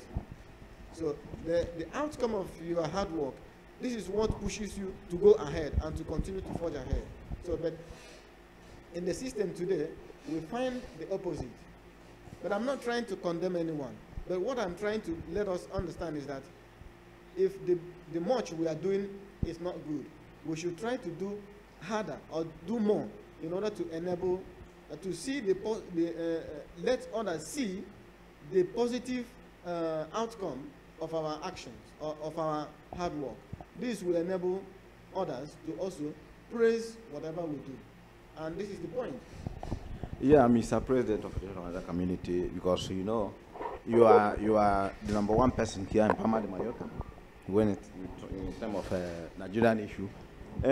People are pointing accusing finger on the government on the way they handle the issue of Fulani herdsmen killing everybody at random, and they are asking, are there no security, no police? Police no longer doing their job because it is in the news that these people, they will come to a village, scatter everywhere, kill people, and go away with it without no arrest, nobody in the prison, nobody has been shown on television that this is the perpetrator of this, the crime. Then how do you see the whole thing, and how would you advise the government on that? Because it means Nigeria is losing a lot of people. Yeah, my advice to the government in that regard is this. You know, the Fulani herdsmen, they have their grazing land. They have where they're supposed to keep their animals to graze them, not destroying people's farms, destroying people's life. Like what we heard, or what I was hearing, is that even going as far as raping women in their farm, killing them, which is very uncalled for. If we are Nigerians, they're not supposed to be treating or allowing the Fulani herdsmen to go scot-free. If they do anything wrong, which is against the rules of the country, they have to pay for it. So if the government did not address this issue, it will come to a time that even the Fulani herdsmen will be missing in every villages. So it's better they handle the issue properly now that the hunger has not taken up the people. Because if come to a stage, at least nobody that has no anger in him or in her. So when he woke up, it's difficult to bring that anger down. So my advice to the government is that they have to call the Fulani herdsmen to order. Let the policemen go, controls them, let them tell them where to graze. They have no right to go into people's farm to destroy their farm products. The government has to do something about it before it is too late. Yeah, Mr. Ernest, the government of Nigeria said that IPOB is a terrorist organization. How can you defend such statement? Well, my moderator, if the Nigerian government, as they said, is calling IPOB a terrorist, therefore, the same government is calling the whole Igbos a terrorist organization. Because if I'm a terrorist, my child, my daughter, is also a terrorist. Because she's a member of IPOB, and she's a Biafran. And therefore, for them to call us a terrorist, which is the highest mistake they will ever do in their life, for calling us a terrorist. Then what do IPOB stand for? IPOB is Indigenous People of Biafra. It's just like a nation. These people, they are indigenous of Biafra. Their origin, they are Biafra in nature. They are Biafra inborn. They are Biafrans. So IPOB represents Biafrans, and Biafra represents IPOB. What do they want from the government of Nigeria?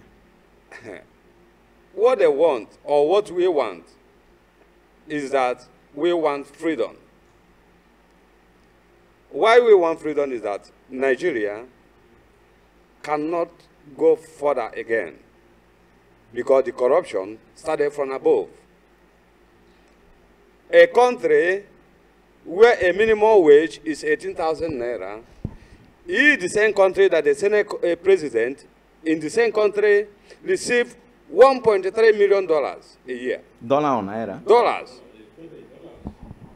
$1.3 million a year. The vice Senate president receive almost $1.2 million a year. The senators, to maintain them, a year is almost 150-something thousand euro. Now, you can tell me that you want to restructure this country. The country cannot be restructured. We have tried and tried. Then at the end, we find out that the best answer and the best thing for us to keep living, for the Biafra to keep living, is to get their own independence.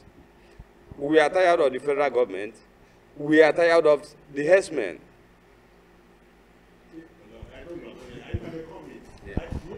Can you tell me that the Biafrans are not corrupt?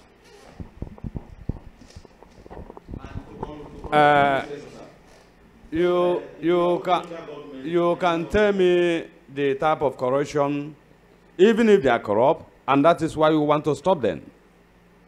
We want to stop them. We don't want to continue living in this situation. In the whole country, in the world, there's no any place you cannot see thousands of Biafrans. And why are we here? It's because down there, we are not given that opportunity. Because there's no work. You finish your school, there's no work.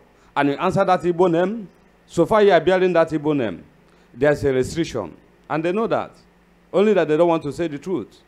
And anybody who don't want to say the truth, time will reach when he will need somebody to say truth on his own side.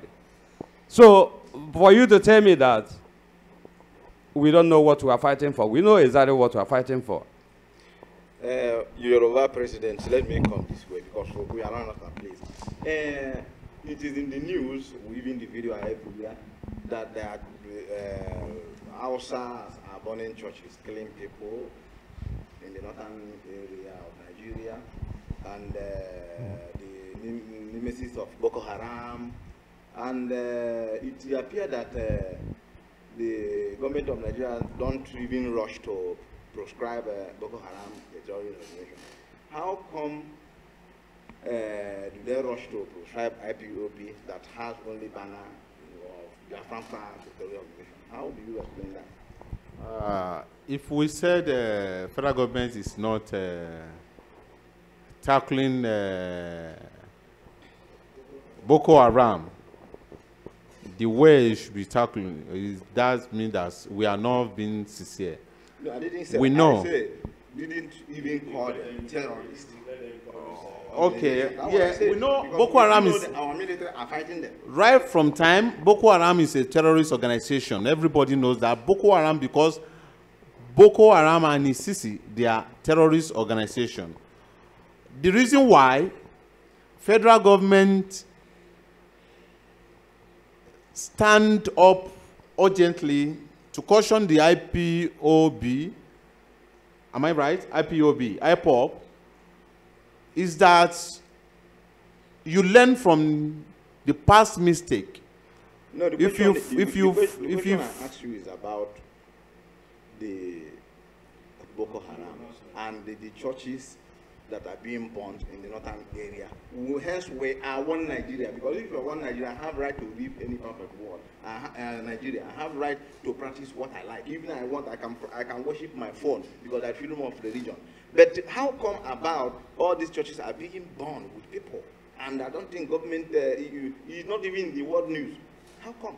And we are still saying one Nigeria. Yeah, you said it's not in the world news. It's been shown in Al Jazeera, it's been shown on CNN and BBC. If it is shown in those stations, that means it's in world news. And the burning churches is with people, not only churches. Burning churches, burning people is a very bad. Everybody condemn that. Even for you to kill a soul is very, very bad. But what I think in that northern part of Nigeria is ignorant. You know, when you are not, there's a proverb that said, what you don't have, you can't give it out. You understand? There's no knowledge. There are not much people among them that is civilized. No much civilization. Yeah, some people have been caged with the misinterpretation of the Quran. You understand? That when you kill a soul, you will be in paradise. When you kill more soul, then you will be king in heaven. So the misinterpretation of the Quran led to some anger from groups of people or, you know, set of people burning the churches, killing the people. You understand? Because burning churches, killing the people in the mosques, it's not rampant in the western, southwest of Nigeria or the eastern part of Nigeria. It's only the northern part of Nigeria. And I think I blame that on ignorance. Thank you. Mr. Raymond, there is that deep sense of thinking that even the Nigerian Christians today are not comfortable the way things are going. They are afraid that one day Nigeria will be Islamized. How do you feel that? Because that fear grew up when more than 280 people was killed in Southern Kaduna, Christian. And I don't think that government did some tangible things to make sure that the killer are brought to justice. Do you think that the government of Nigeria are planning to make everybody know that content? Well, thank you very much. Let me correct one impression, because every time we are saying something here, probably the world are watching. We are not saying, we cannot say that they are ignorant. The problem is that the then leader of Nigeria, that is the President, Goodluck Jonathan, did not act fast. He did not act fast as a president. He failed as a president in that aspect. So when things has happened, the duty of a president is to act fast. No matter whatever somebody is saying. That is why he's there. If he cannot act fast, he's not worthy to be a president. Let us cause something so that people will understand us. So that what was happening then demand immediate action. No matter whom is involved. So he was listening from one place to another. Then things was getting worse in Nigeria then. So what I'm saying is that I believe that the vast majority of Nigeria are quite aware of what is happening, but I believe that such a thing that happens there will not happen again. On the side of henchmen, let me come that place again, because we are talking of that henchman issue. No nation allows cows on the street. No nation that wants to develop. Nigeria should move forward. Nigeria is supposed to be moving forward. Yeah. Why can you allow cows moving around with arms and all this? I can assure you I was watching television, as a matter of fact. I saw Buhari. That let me say the fact. Buhari said that somebody who is leading a cow, where did he get AK-45? Buhari asked this question. AK-47. You're supposed to hold stick. You know, where did he get that gun? You understand? Presently, the governor of Benue State, they have made a law.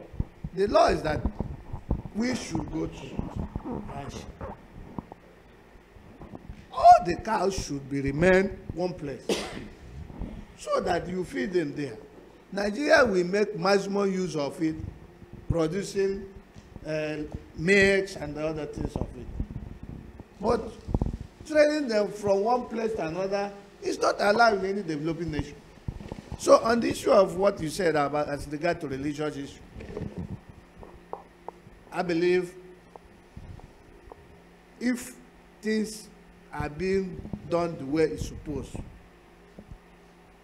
the case will not be the same again. The issue will not be the same again. Nigeria is getting better than before. As a matter of fact, this is my opinion. Mr. Ernest, you are representing IPOB and the Anambra Association as well. Anambra gubernatorial election is around the corner, and we have seen a lot of video on the social network, social media, urging people not to come out because it is a way to tell those whom they have voted before that they are not doing their job. Do you think that is a good idea? The answer is yes. Why? You see, we have asked them for referendum, the date of referendum, and they don't want to give us the date. And the same people that is killing us, the same people that we voted into power, is the same people that are telling us to vote them again. And we say no, because the one we vote them, and we give them message to go and deliver. They did not deliver the message. Instead of delivering the message, they are killing us. So for us not to vote for them, or for them not to continue their evil deed, we say we are not going to vote again. Everybody should stay at home By doing so, they will give us the date of referendum. And that is why we say everybody should sit at home. On 18th of November, everybody should sit at home. Even if I go to Nigeria tomorrow and they will kill me, it doesn't mean anything. I have given my life, and what I'm asking for is my freedom. If I will die because of my freedom, my children will live to see the freedom of Don't Biafra. die because of freedom. If you die because of freedom, who will enjoy the freedom? My children will. I'm not alone. My children, they are there. We are fighting for our child. You're spoken well. Excuse me. Now, here in Spain, there's something that our brother said. He said, we are proud living here, that when you go to hospital, you have free attendance. The doctors is there, the medicine is there, light is 2-4, the water, we have water, the road is being constructed, the police, there's no corruption, everything you need is there. Why can't I be proud of being here or being staying here?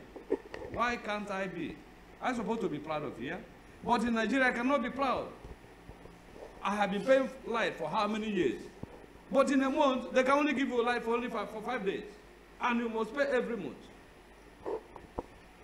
Now you're telling me that I should continue with the same system? No, my guy, I can't continue. Buki, you know, from the point I pick from what we are saying here, many people are saying that our leaders, those whom we voted in to represent us, have failed us. Now, if somebody now decides, in fact, I don't want to vote again, he tells his voters card, did he commit a crime? Yeah, thank you very much. If someone decides today that he or she don't want to vote again, he deprived himself a good services, because the vote is your own right to choose the right person that will go there, that will deliver the dividend of democracy that you may benefit from. To my brother, or to be IPOB, that said the people of Anambra should boycott the election in November 18.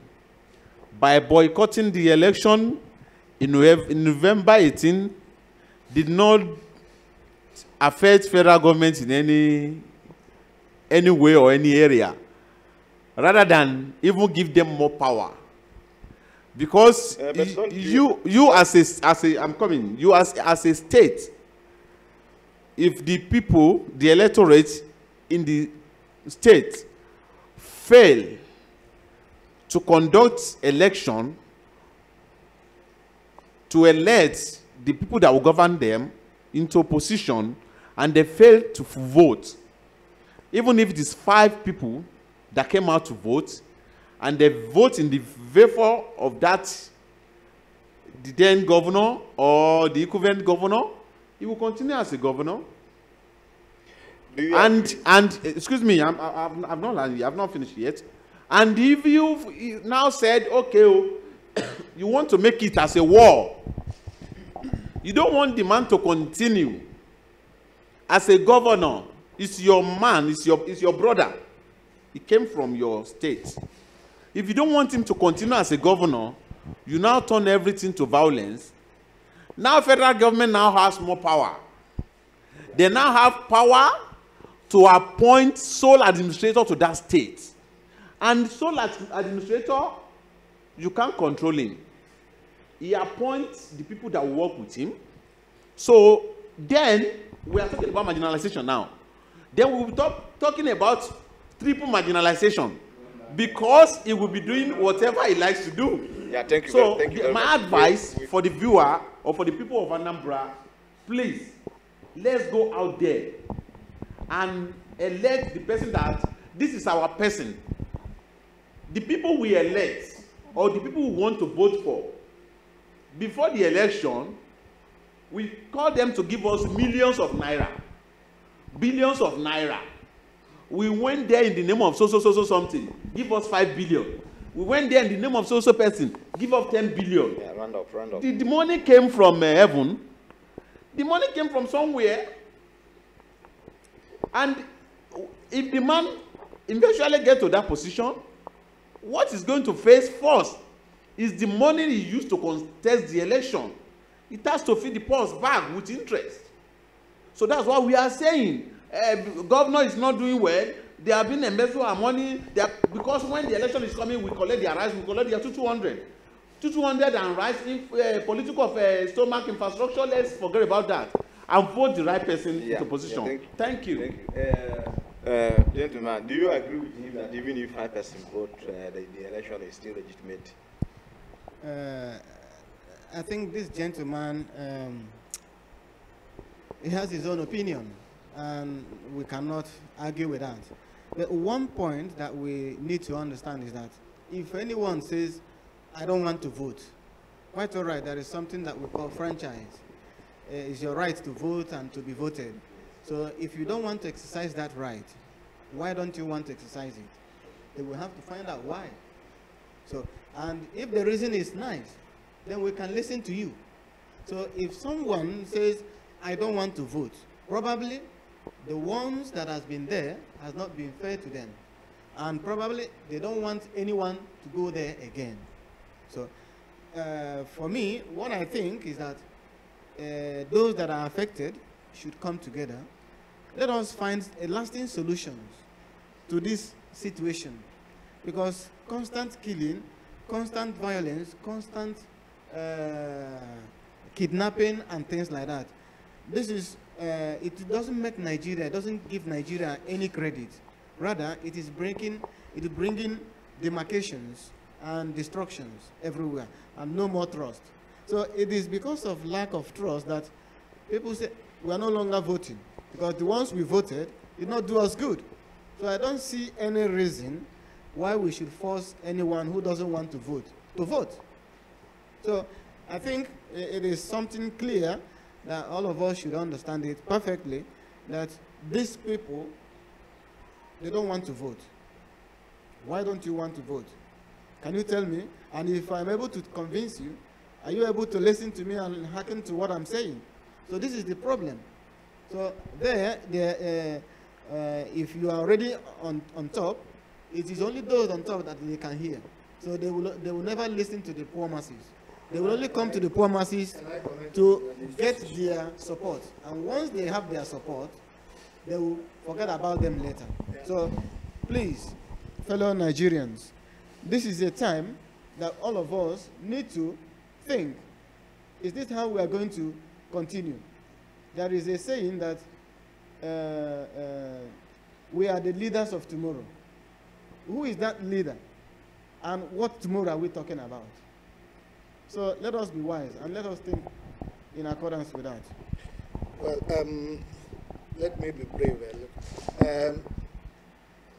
When we are talking of democracy, we must talk we should talk democracy that doesn't work in any part of the world.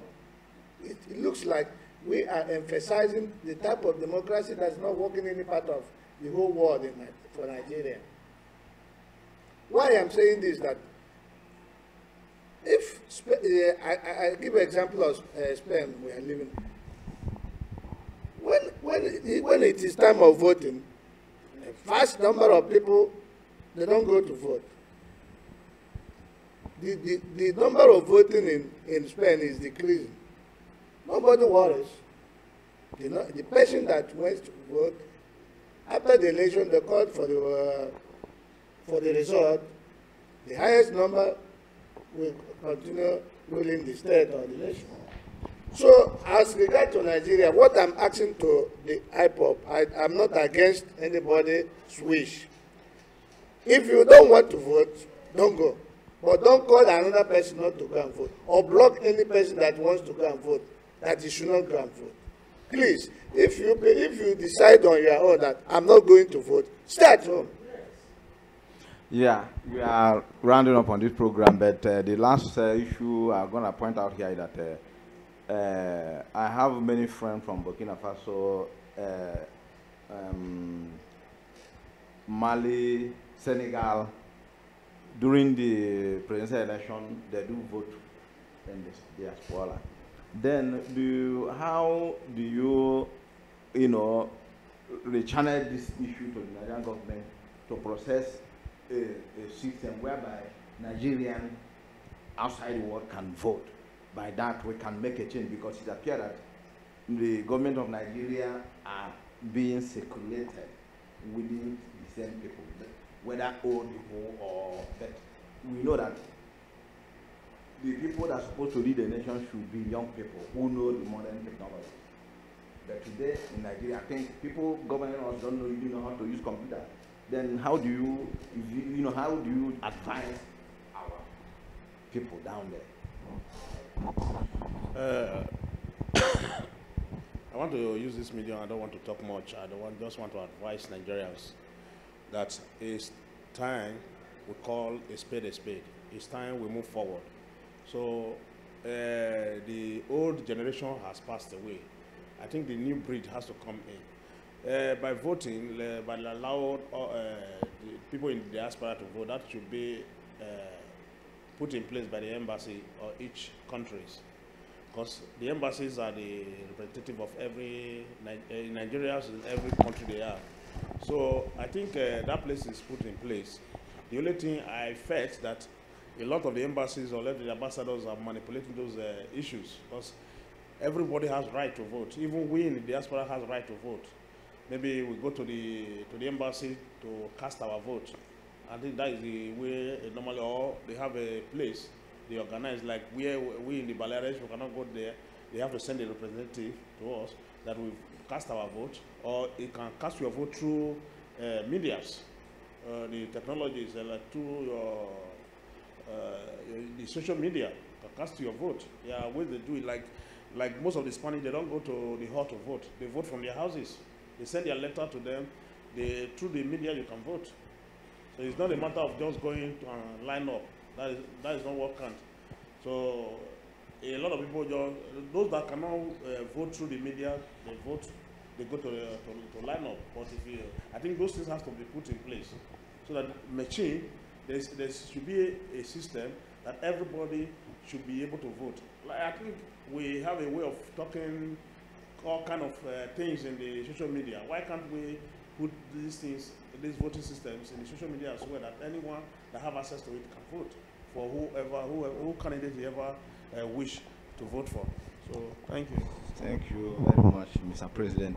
Viewers out there, we are coming to the end of this program, and we urge you to support peace. We urge you to support mutual benefit.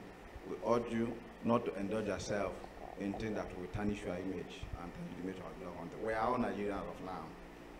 Until people that are agitating for Biafra, if there is need to grant them referendum, but as of now, we are all Nigerian.